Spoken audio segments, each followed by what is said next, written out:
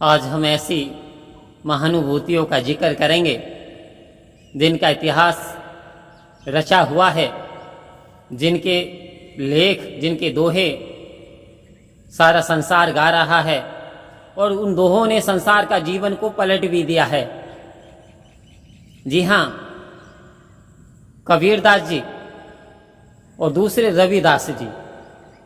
रविदास जी और कबीरदास जी का जिक्र करेंगे कि आखिर उनके राम कौन से हैं। क्या उनका कोई और राम था? क्या उनके कोई और भगवान थे? क्या वो किसी और भगवान के विषय में बताते थे? आखिर ऐसा क्यों कहते थे? तो आपके कबीरदास जी ने तो यहां तक कह दिया, संत महात्माओं, पानी बीच मीन प्यासी मोहे सुन सुनावे हासी। कह रहे पानी बीच मीन प्यासी मोहे सुन सुनावे हासी। कह रहे जल के अंदर मीन रहती है, कोई कहे वो प्यासी है तो मुझे तो हंसी आती है। फिर कहा कि चलती चाकी देख कर दिया कबीरा रोए, इन दो पाटन के बीच में स्याबुत बचा न कोई। तो यहां कबीरदास जी ने यह भी प्रमाण कर दिया कि मुझे तो रोना आता है, मुझे बड़ा दुख होता है संसार के हालात को देख करके, क्योंकि ये जो दो पार्ट हैं, जन्म और मृत्यु, इसके बीच में हर जीव को पिसना ही पिसना है। और कह रहे वो दाना बच जाता है जो कीली का संग ले, अर्थात चक्की के अंदर जो कीली होती है और उसका संग अगर कोई दाना कर ले तो वो दाना बच जाता है।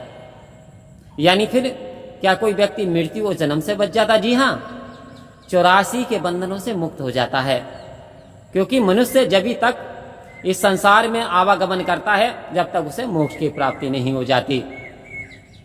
उधर रविदास जी कह रहे हैं मन चंगा तो कठौती में गंगा।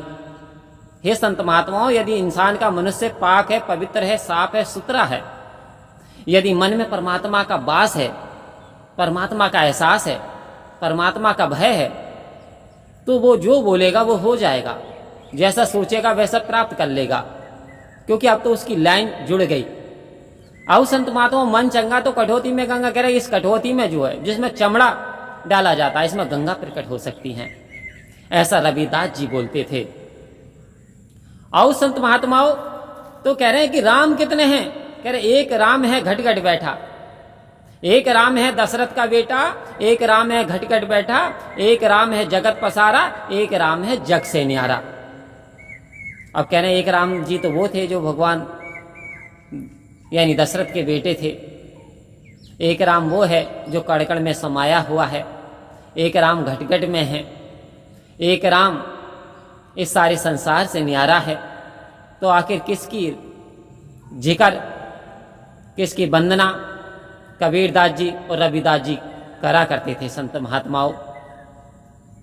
कह रहे हैं लाली देखन मैं गई जित देखूं तितु लाल, अरे लाली देखन मैं गई मैं भी हो गई लाल। आओ संत महात्माओं, कह रहे लाली मैं देखने गई मैं भी लाल हो गई, यानी इसके रंग में मैं भी रंग गया।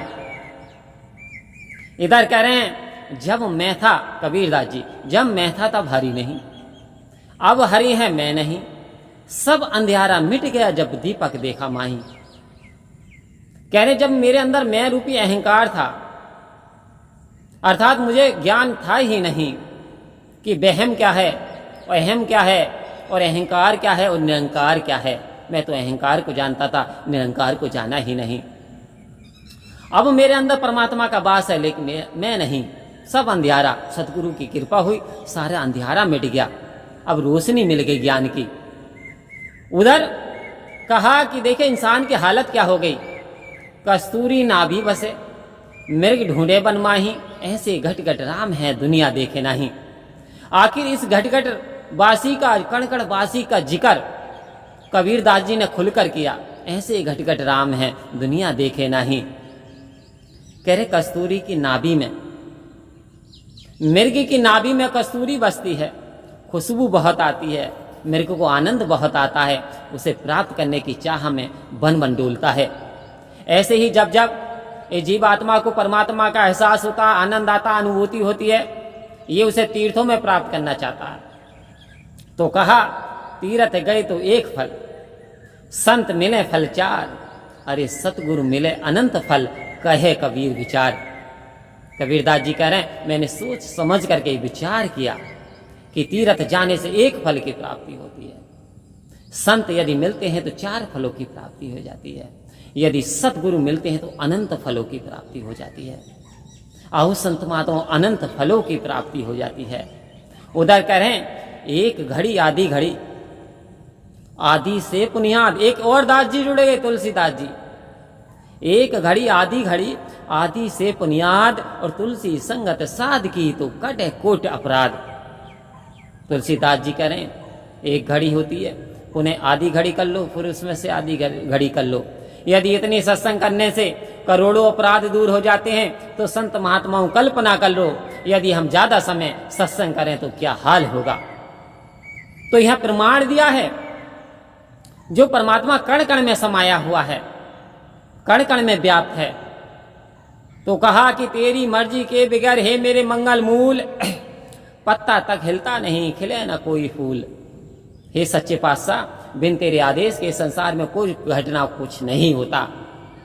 तो इधर आज दास कहेगा कि साहिब मुझे ही देख लो हीरा बना दिया, साहिब मुझे ही देख लो हीरा बना दिया, मुझे कौन पूछता था तेरी बंदगी से पहले, एक भुजा सा दिया था तेरी रोशनी से पहले। आओ संत महात्माओं, मुझे कौन पूछता था, मुझे इस निरंकार का एहसास नहीं था, ज्ञान नहीं था, आनंद ही नहीं आता था, जीवन अंधेरे में जी रहा था। लेकिन मेरे ऊपर सदगुरु की कृपा हुई तो ये ज्ञान समझ में आया, इस जीव आत्मा का कल्याण हो गया। क्योंकि कोई कोयले के खान के अंदर जाए और ये कहे कि मैं काला होकर के ना निकले तो बात झूठ होगी।